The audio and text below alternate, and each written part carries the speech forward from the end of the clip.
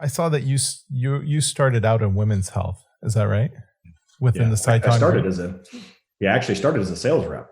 In 2011, I started as a sales rep here in Dallas, and then I would say my big move here at Sciton was when we created our women's health group, and Jim Hobart, our CEO at the time, now our chairman of the board, had asked if I was interested in running it, and I really thought, I don't know if I should get into that. I mean, I'm not an expert in women's health. That's not a field I know very well.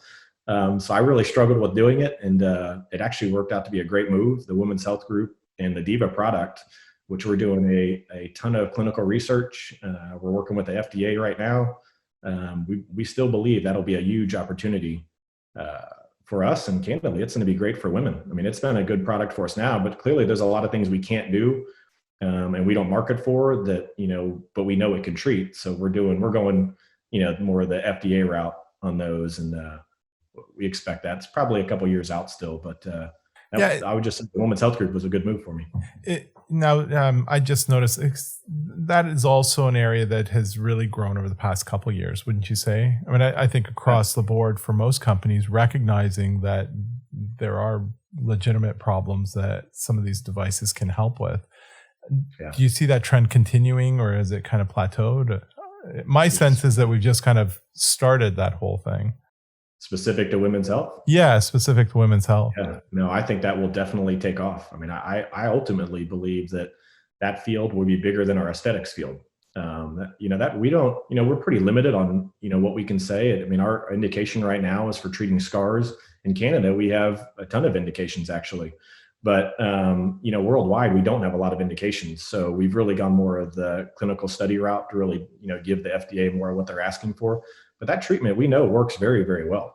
I mean, there are thousands and thousands of patients that have had that treatment, and the reviews that we get and the feedback we get isn't like, getting a BBL treatment. I mean, BBL treatment is moving, and, you look better and people feel good, but, the Viva treatment is life-changing.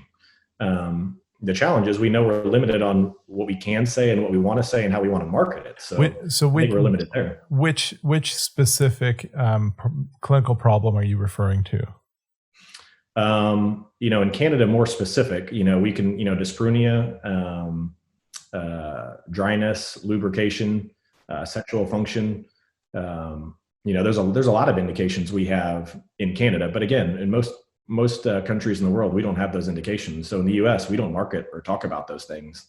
But in Canada we can. So what do you think's holding it back? Do you think it's a general unawareness that there are devices that can help with some of these problems, or is it even a not recognizing these problems are as widespread as they are?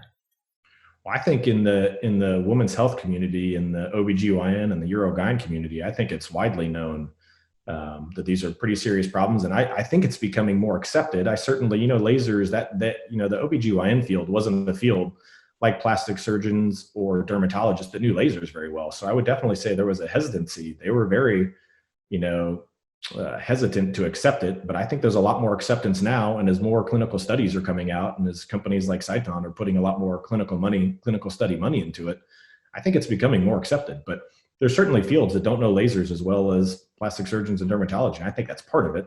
And when you think about it, I mean, when you think about doing the treatment with the laser, I could see how that would, someone who doesn't know, medical lasers very well, it would be concerning. I get it. So, and, so we understand why. We don't necessarily agree with it, but we understand why.